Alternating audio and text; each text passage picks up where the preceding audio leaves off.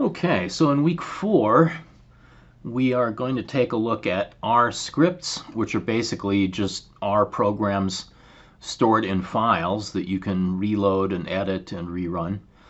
And also R Markdown, which provides you a way of adding commentary to your R code, your R exploration of data and analysis, and present that information to your boss, your colleagues, or yourself 6 months from now when you've forgotten what you did and why.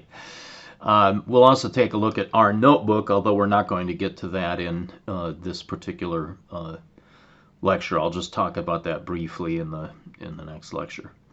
And then we're also going to take a look at data wrangling in the Wednesday lecture. All right. So everything that I've done so far here has been interactive. I've just been typing code to the shell. Okay, so we've been saying, v gets c 1, 2, 3, and to create our vector v of doubles, and so on. But we would like to be able to save our work so that we can make modifications and enhancements to it in the future, or simply rerun it in the future if we're doing some kind of analysis that needs to be done on a regular basis. And so now we're going to start looking at R scripts. We can create an R script in RStudio by choosing File, New, and R script. You'll notice that there's also a shortcut key here that we can use, Control-Shift-N, to get a new R script. And when I do that, above my console output window, or my console interaction window, I get an untitled R script file. So the very first thing I want to do, even before I start writing code, is to do File, Save As, to give this file a name that I can refer to in the future. So let's do that. Here we're going to do File and Save As. I have a directory R for DSA4 2020, and I'm going to call this thing example script. Okay, so example script is the name I'm giving it. Now RStudio will automatically give this thing a .r extension to indicate that it contains R code. And we can see, you may have trouble seeing that in the video, but the file is now named example_script.r. All right, and here's my screenshots of what I did.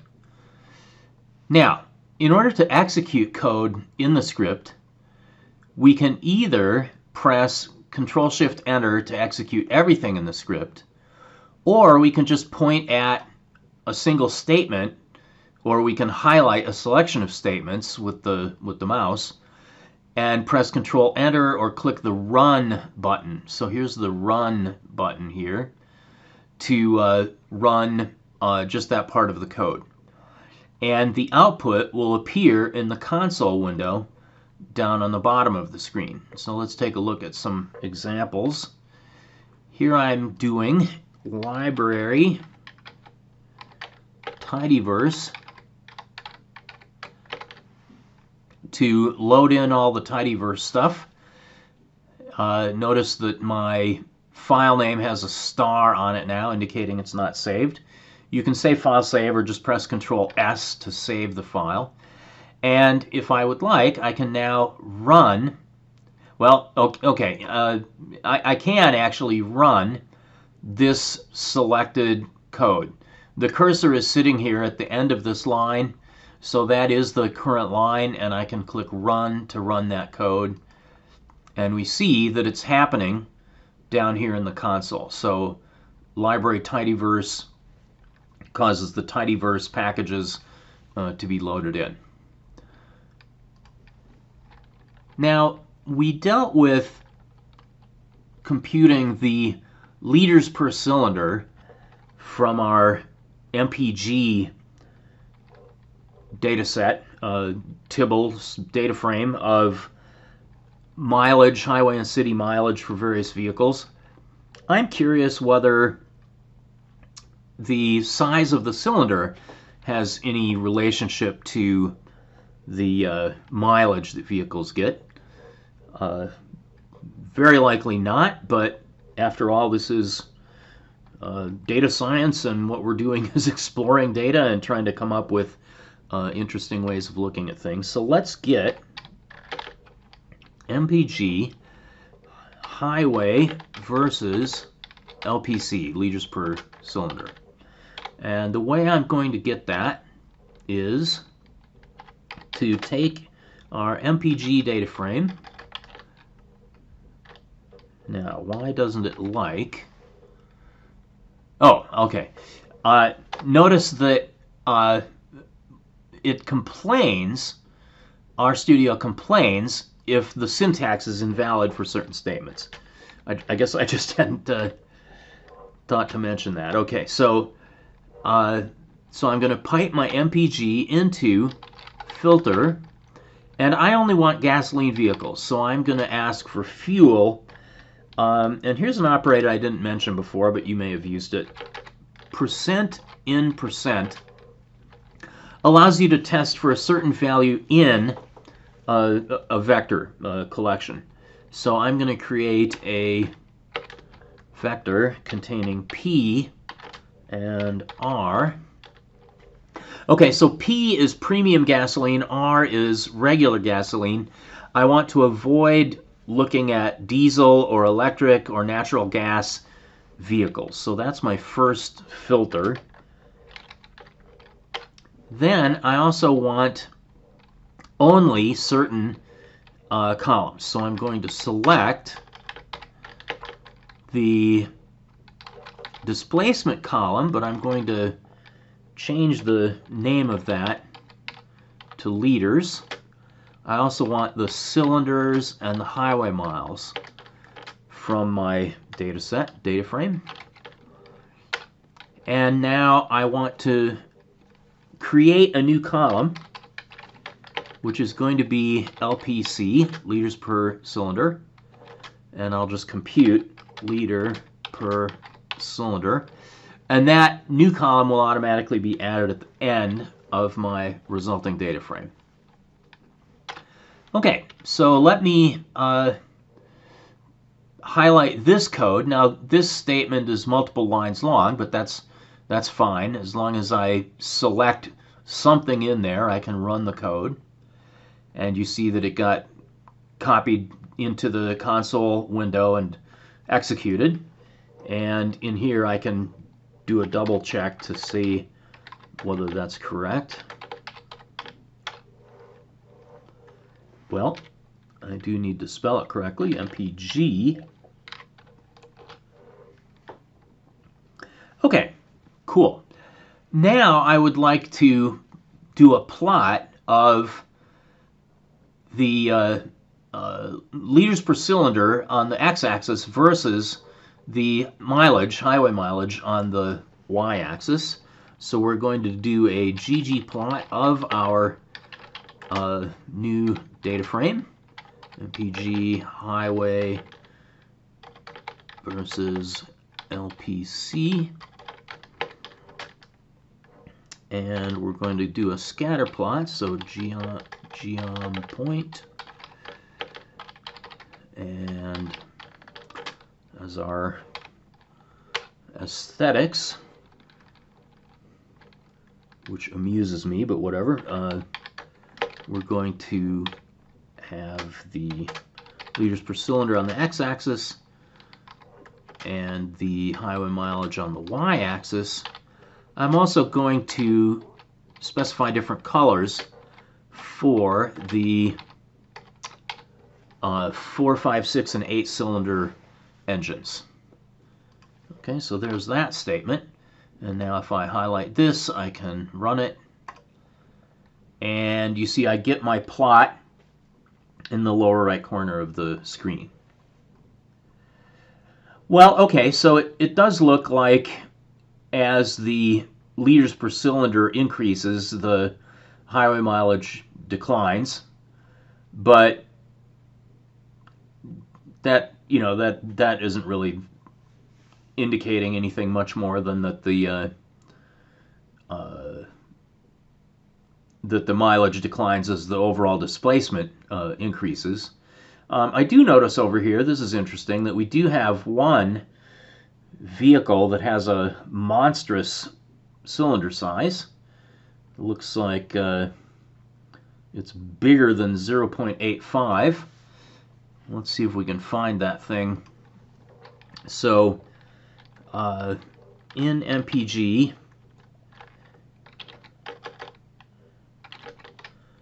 let's get all the records where, actually, well, we can just compute it directly. I don't have the liters per cylinder field available in MPG itself, but that's okay. I can just compute it on the fly. So filter where displacement per cylinder is greater than 0.85, and let's see what we get. Okay, well, that's not too startling, I guess. We have a 2008 Chevy Corvette. For quite a long time, Chevy Corvettes were vehicles that looked cool and were sports car-ish, but not necessarily exceedingly powerful. But in recent years, Chevrolet has cranked them up to make them legit supercars. So we've got an 8-cylinder car here where each cylinder is almost a liter in size. Well, in fact, we can see here that it's exactly 7/8 of a liter in size per cylinder. You'll notice also that the 1999 Chevy Corvette didn't make this list. It did not have the super powerful engine that the more recent Chevy Corvettes do have. All right, well, in any case, that's all we're going to talk about as far as R scripts. They are simply programs stored in files which you can save and reload and edit and re-execute at your pleasure. If I wanted to execute this whole program all at once, let me first make sure that I've saved this. I notice that it's not saved. Okay, it's saved. So I can press Control-Shift-Enter to execute the entire thing, starting all the way from library tidyverse. Now, because I had executed library tidyverse in this environment already, this time when I execute library tidyverse, we realize that there isn't actually anything there, and so nothing very interesting happens, but we do get our plot produced. Okay, so I'm going to save this. Well, I've already done a save. I'm going to close that file. And we're now going to move on to looking at R Markdown. So the deal with data science is that you are doing analysis, but a large part of the effort is exploring the exponentially increasing mountain of data that is available to you. And as you do your exploring, you should keep track of what you have done and why, so that you have a record for your own benefit, and so that other people can be, can see what it was you were thinking as you were doing your explorations. And R Markdown is a great tool for doing and recording this kind of exploration. We can interleave commentary about what we're trying to do with the actual code that performs the data flogging and the statistical analysis of the data, and we can see both the code and the output and the commentary all together in a single document. Okay, so let us create an R Markdown document, and we're going to do that by saying File, New File, R Markdown. Now, when you do this, you get this window here. Now, you don't seem to always get this window, which is a little puzzling to me. Sometimes you get it, sometimes you don't. Sometimes you just have to kind of create this information manually after the fact, which is easy to do. Here we're asked to provide a title and an author for our document, and we will go ahead and produce an HTML document because that can be read in any browser. It's also possible to produce PDF output, and it's also possible to produce Word output, but there's other required software to be able to generate those kinds of output that you may or may not have installed in your machine. All right, so I'm going to just call my thing here example, and I'll give my name as the author. Okay, and when I click OK, so I'm going to click OK after I've typed in my title and author. And here at the top of the RStudio, the upper left corner, we get this untitled file containing our Markdown document. So once again, we're going to do a save as right away, File, Save As. And I'm going to call this thing example Markdown. And RStudio will automatically give that thing an RMD extension.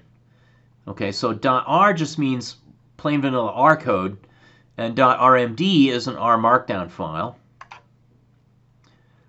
Okay, and so now I do have a file name associated with that. Now, R Markdown is both simple and verbose. There's an awful lot of detail that you can learn. You can be satisfied with defaults, which are fine for most purposes and will be fine for this course. Or you can become almost arbitrarily obsessed with making the result of your Markdown as beautiful as you can possibly make it. So to find out more about R Markdown, obviously you can use Google and you can read lengthy, gory documents and examples. But right within the help system, we can look, for example, at the R Markdown Reference Guide cheat sheet, which I will have to shrink and pull into my window here where you can see it. I'm going to shrink it way down.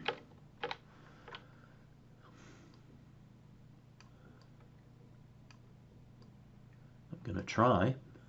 Here we go. Okay, so here is this R Markdown Reference Guide, which is 5 full pages long. Here we're just seeing the top half of the top page. And it contains both formatting information and also information about R chunks, that is code chunks, and what you want to have included in your document and what you want to have excluded from your document, etc., etc. We'll just set this aside for now. You're welcome to look at it on your own.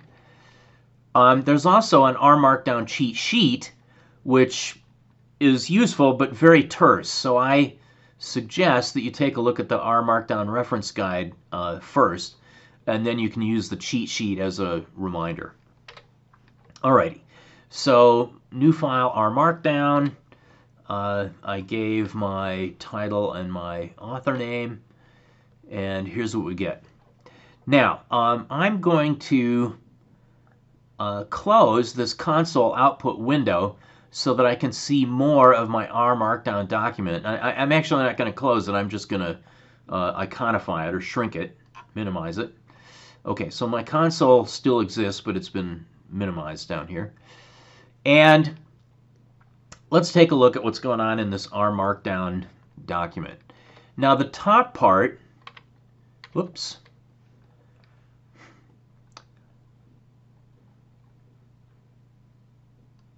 the top part is what's called a YAML header. YAML originally stood for yet another markup language, and nowadays sort of snickeringly cleverly stands for YAML ain't a markup language. I guess that's funny. Basically, a markup language is just some syntax for turning source code, in effect, into a human-readable document. And there are any number of markup languages that have been created over the years. In Unix, way back when, were troff and nroff, the text runoff and the new runoff programs, and then Scribe was popular for a very long time. TeX is probably the most important markup language for technical documents nowadays. And then, of course, we have this whole family of SGML, the structured generalized markup language, and HTML, hypertext markup language, XML, blah, blah, blah, blah, blah. All right, so this is yet another one, or it ain't one, depending on your point of view. But these top few lines here are called the YAML header, and they contain the title and the author, and also today's date in there. And all the rest of this stuff is a combination of commentary and R code.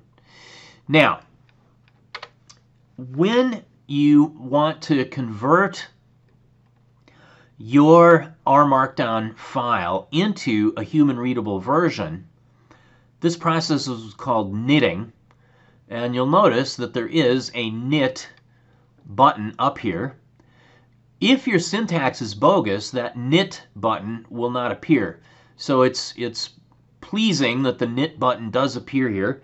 I can click it, and in just a moment, okay, pretty quickly, I got the human-readable document.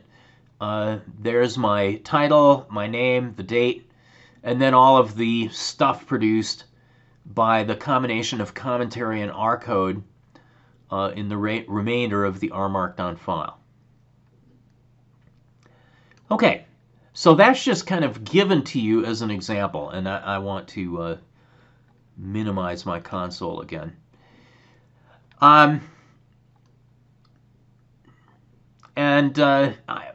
Basically, rather than walking through this particular example, which starts out at a little more complicated level than I'd prefer, I'm just going to erase everything in here, and then we'll build up to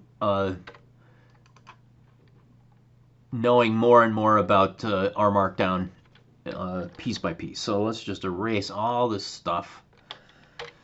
And so now all we have in here is the YAML header. And it is still formattable, knittable into a human-readable document. So let's just do that first. All right, all I have left is the YAML header. And when I knit that, all I get is the header. Okay, it's still processable, printable stuff. And now that we know that, let's just move on to learning piece by piece more and more about R Markdown.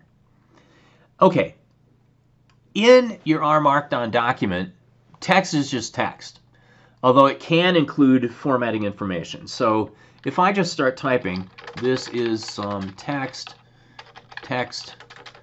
this is more text, this,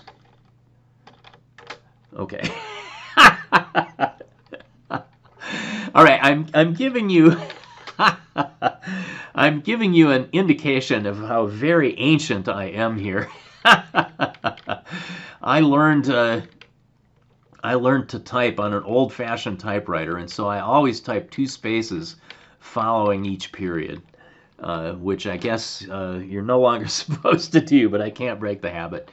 This is even more text, and if I save this and knit the stuff, it just comes out as text.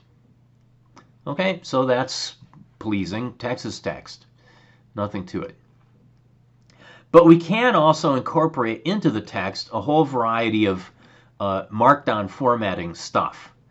And for example, let me drag that Markdown reference guide back over here. If I put a pound sign or a sharp sign or hash mark or whatever you prefer to call it in front of some text, then it's treated as a major header. And if I put more hash marks, then I get successively less major headers.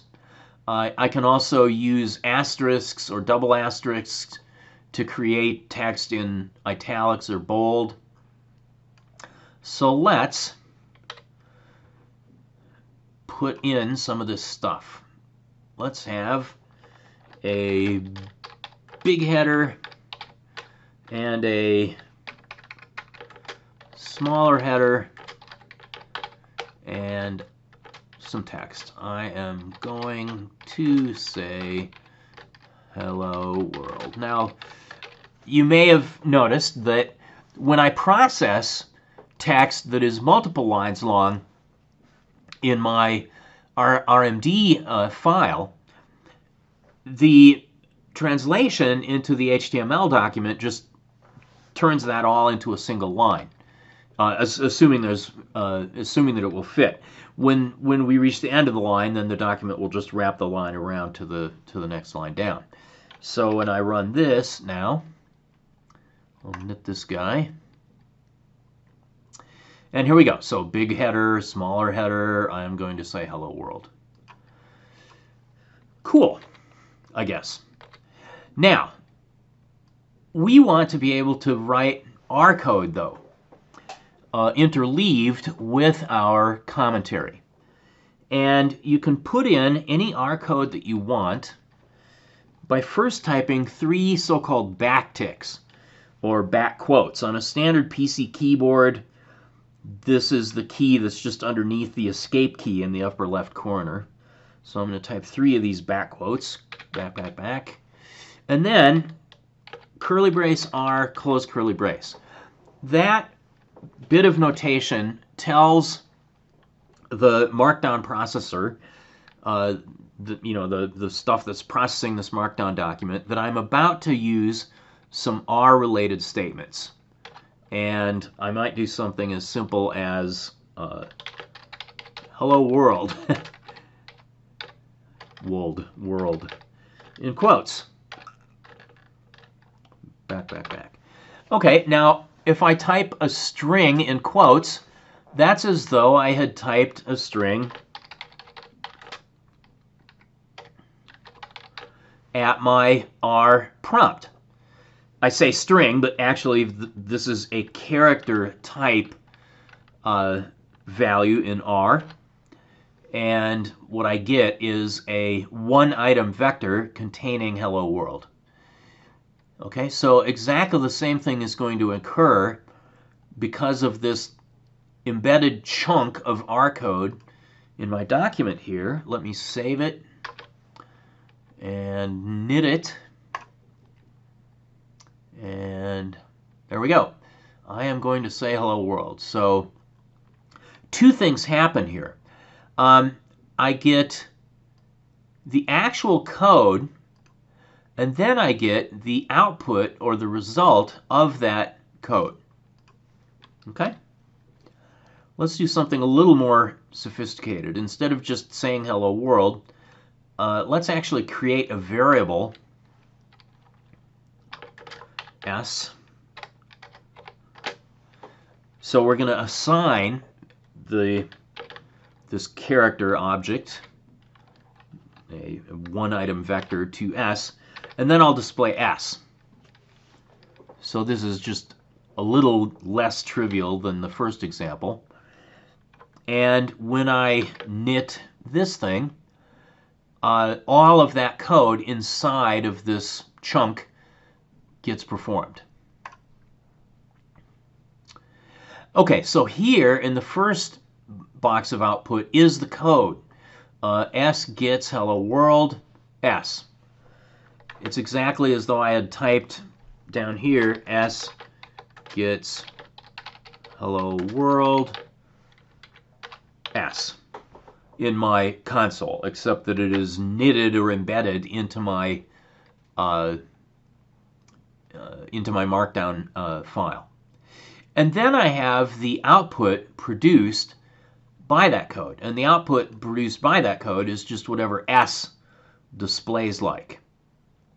Okay, and so S just displays like 1 and the first item, hello world.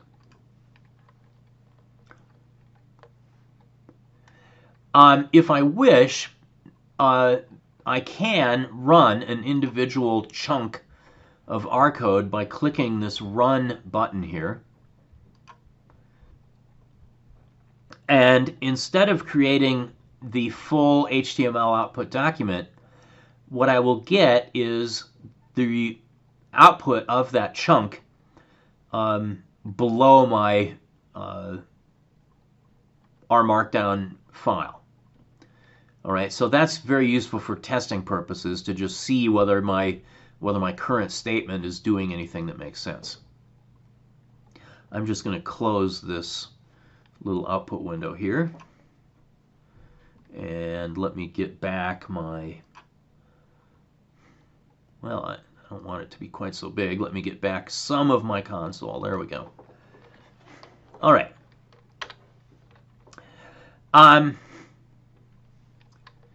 Okay, so I showed you that when you run stuff in your R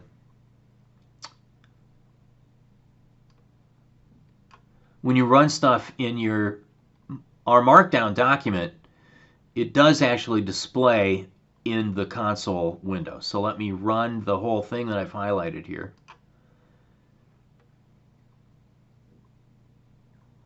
Oh, I'm sorry. No, okay, so it just executes and displays in that output window. All right. So, all right, so as I mentioned, we get both the code and the output. Now, what if I don't want the code? I can use what's called chunk options to control what does and doesn't get displayed and what does and doesn't get executed within these so-called R chunks. Following the little r that initiates the chunk, I can give a sequence of option gets value sequences. And this long list of about 30 or more of these is described in the R Markdown reference guide. In particular, the one that I'm interested in here is if I do not want to see the code chunk in my knitted document, then I can add echo gets false to the chunk, to the beginning of the chunk. So I'm going to change that now. I'm going to say R space echo gets false. And when I do that,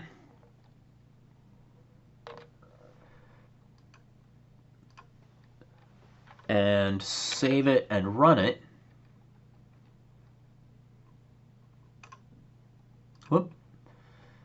save it and knit it, pardon me, you see that the chunk of code has gone away, and all I have left here is the output produced by that chunk of code, the result produced by that chunk of code. Now, sometimes you don't want any output to be produced. You don't want either the chunk of code or the result of executing the chunk of code to be displayed. In that case, another option you can use is include. You can say include equals false. Now, this one I think is a little bit odd, because what it means is that we are going to run the R code. So it will be as though you had sort of executed that code in a script, or manually typed it in and executed it in your console. But neither the code nor the result, the output of the code, is going to appear in your knitted HTML document. So let's try that one.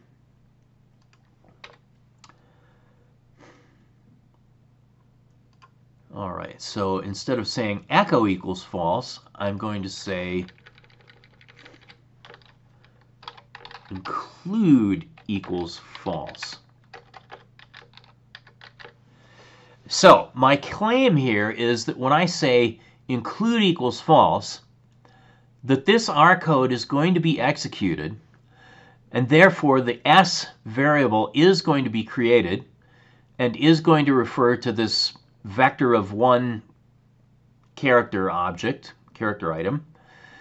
I guess I better have some way of confirming that S was really created, because by saying include equals false, I'm not going to see anything. Well, let's first test that proposition. So I'm going to save this and knit it. All right, and I got, I am going to say hello world, but then I got no output.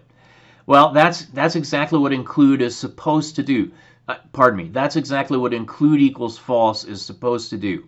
It's supposed to execute that chunk, but not display the chunk, and not display any output or any result produced by the chunk. So now below this chunk, let me add, but here I will display the code chunk, not the code chunk that's above, but the code chunk that I'm about to type, and the value of S.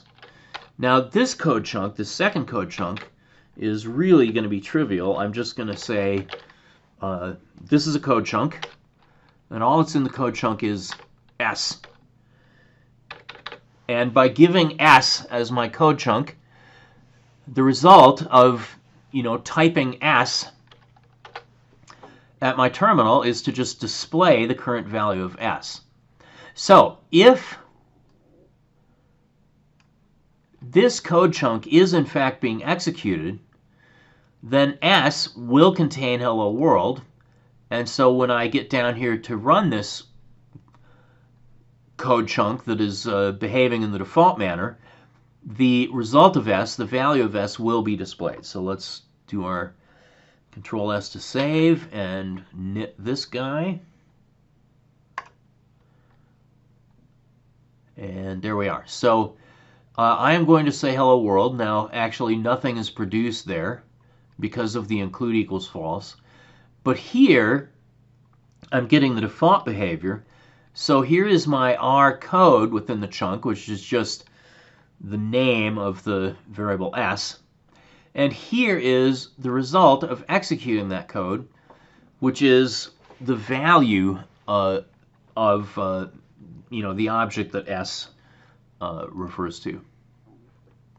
All right.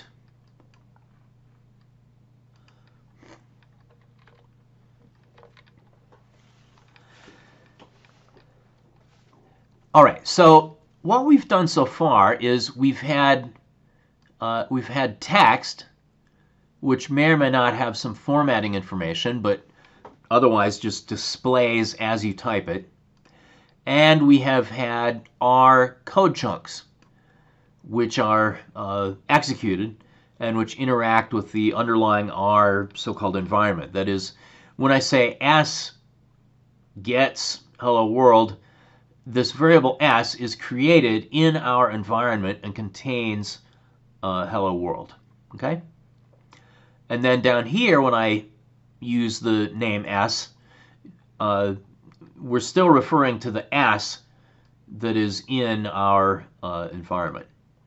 It is possible within the commentary to execute a little R expression, well, a big R expression actually, that does produce a value that can be integrated right into the text that you're trying to display. So I might say something like this. Here I will display the code chunk and the value of s. Let me change that to a period. And s contains, okay, back quote r ncar s back quote characters. So this little embedded, whoop, highlighted too much there.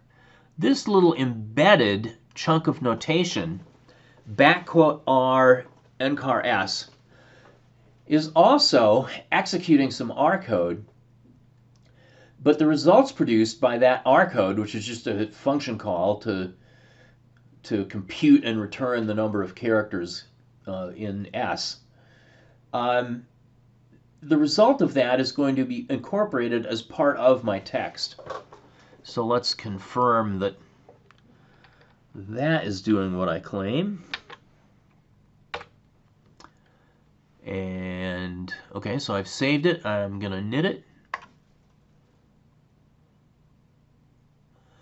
Okay, but here I will display the code chunk and the value of s. S contains 12 characters, okay, which is correct. So hello comma is 6, space world is another 6. All right, so that value 12 is computed and becomes part of the commentary.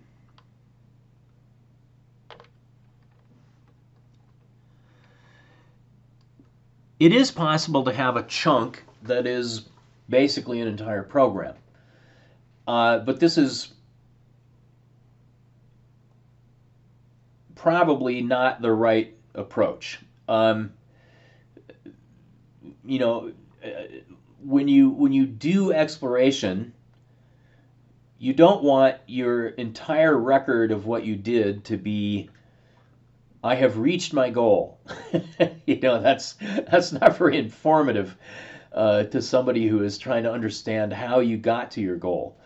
So it's much better to create chunks that are relatively short and comment each one of those chunks in a meaningful way.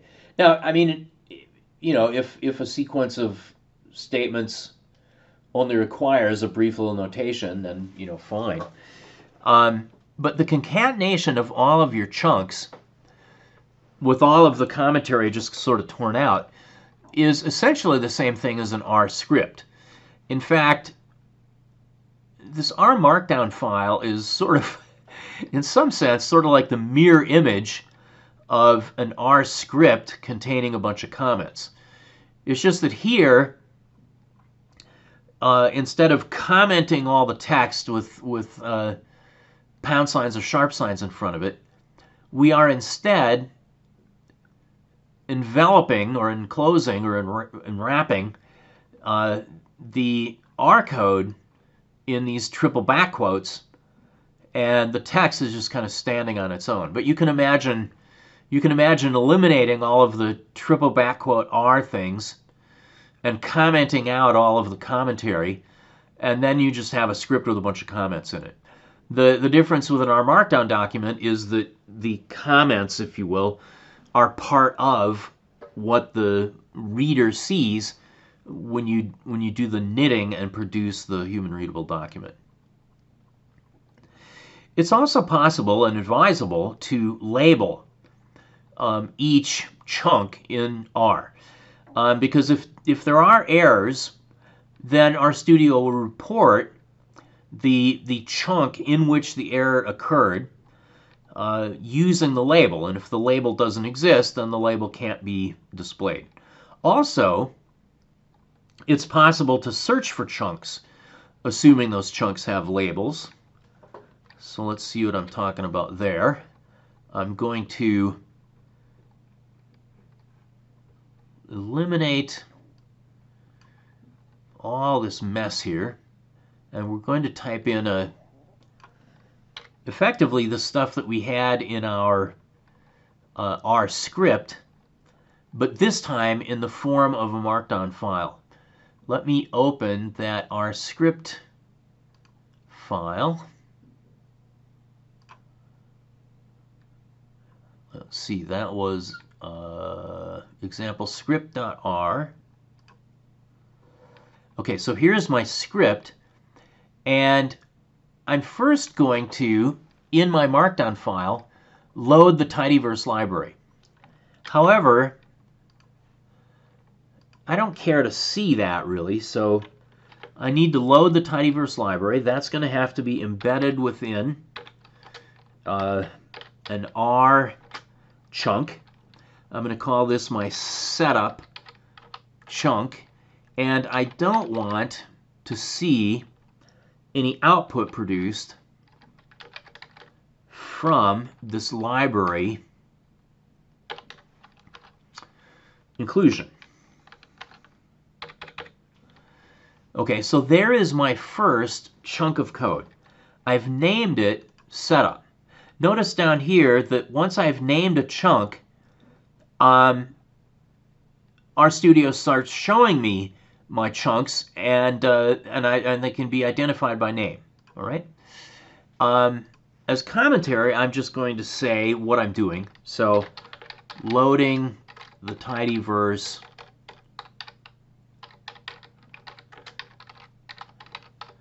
silently. So I will have access to all of the tidyverse facilities. I just don't want to see all that noise that ordinarily is produced when I do that. So when I say library tidyverse, well, I had previously loaded the tidyverse, so doing it again doesn't do anything. But if we scroll way back, you'll see, okay, so the first time that we loaded tidyverse, we got all of this stuff about packages being attached, imported, and various conflicts between the tidyverse facilities and underlying built-in facilities. I just don't ever want to see that mess in a document. So I'm going to say I'm loading the tidyverse, but I'm not going to show all that noise. Okay, so that's chunk number one. Then I'm going to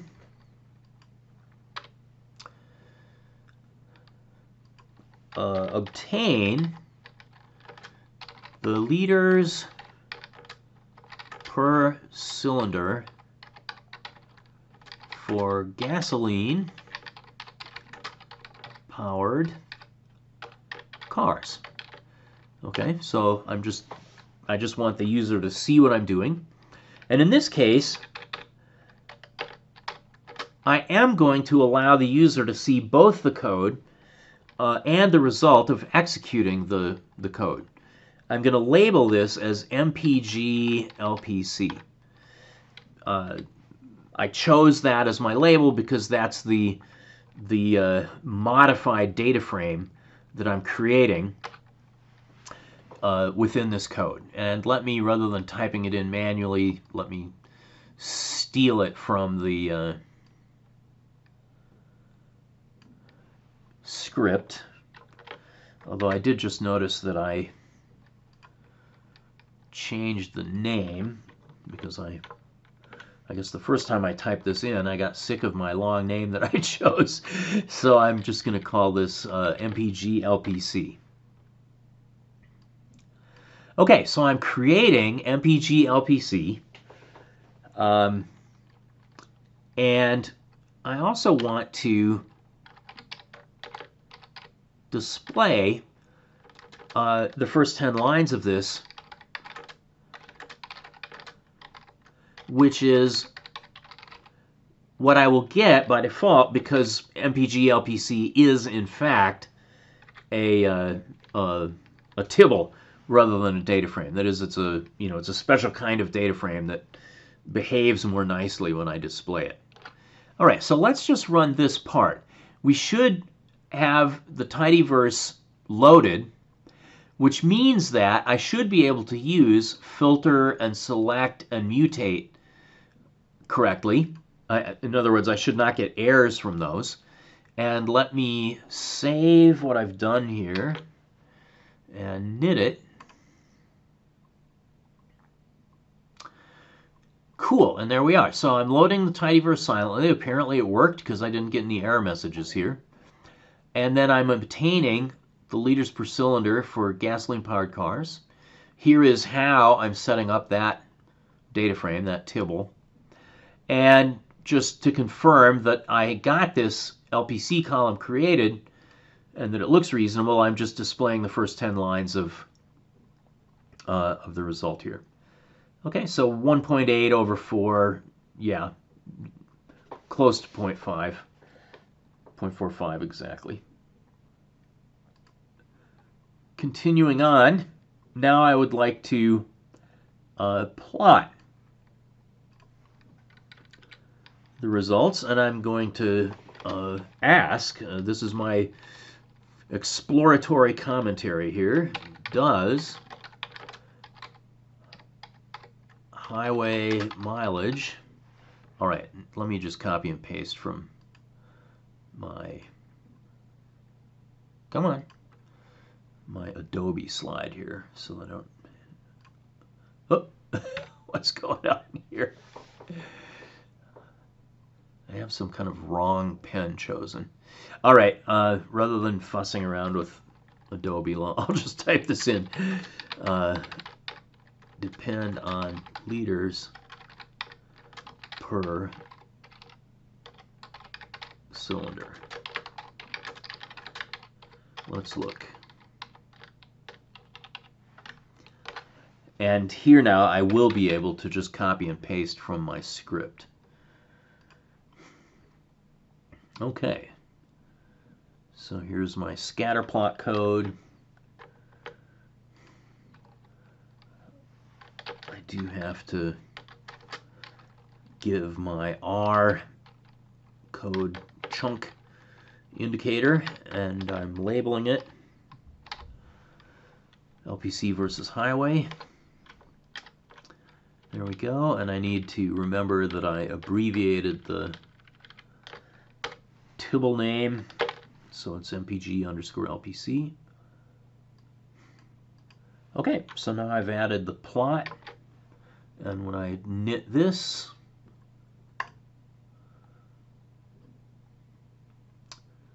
okay, not only do I get the, I get shown the revised data frame that I'm creating, and I also get shown the plot.